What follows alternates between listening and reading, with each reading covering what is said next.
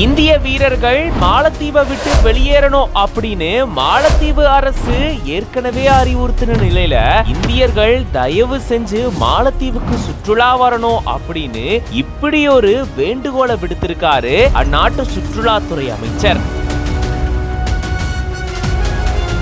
இந்தியர்கள் மாலத்தீவுக்கு சுற்றுலா போறத புறக்கணிச்ச நிலையில இதனால பல கோடி ரூபாய் வருவாய் இழப்பு மாலத்தீவுக்கு ஏற்பட்டிருக்கிறதா சொல்லப்படுது.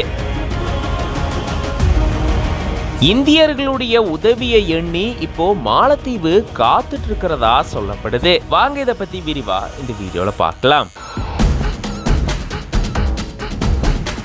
தீவு நாடான மாலத்தீவு பாத்தீங்கன்னா சுற்றுலாத்துறை மூலம் தான் அதிக அளவுல இந்நாட்டுக்கு வருமானம் கிடைச்சிட்டு வருது. இந்த சூழல்ல தான் சமீபத்துல முயசு அப்படின்றவரு அதிபரா பதவியேற்றாரு. முயசு அதிபரா பதவியேற்றதுக்கு அப்புறமா சீனாவோட இந்நாட்டு அரசு நெருக்கம் காட்டிட்டு வரதாகவும் சொல்லப்படுது. இதனாலதான் இந்தியா மாலத்தீவுக்கு இடையில விரிசல் ஏற்பட்டதாகவும் கூறப்பட்டு வந்தது. இந்த சூழல்ல தான் மாலத்தீவு மக்களுக்கு உதவி செய்ய அங்க முகாமிட்டிருந்த இந்திய ராணுவ வீரர்களை வெளியேற சொல்லி அந்நாட்டு அரசு அறிவுறுத்தியிருந்தது.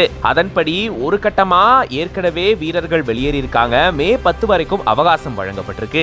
இந்த சூழல்ல தான் அந்நாட்டு சுற்றுலாத்துறை அமைச்சரான இப்ராஹிம் ஃபைசல் அவர்கள் இந்திய மக்களுக்கு ஒரு வேண்டுகோளை விடுத்திருக்காரு.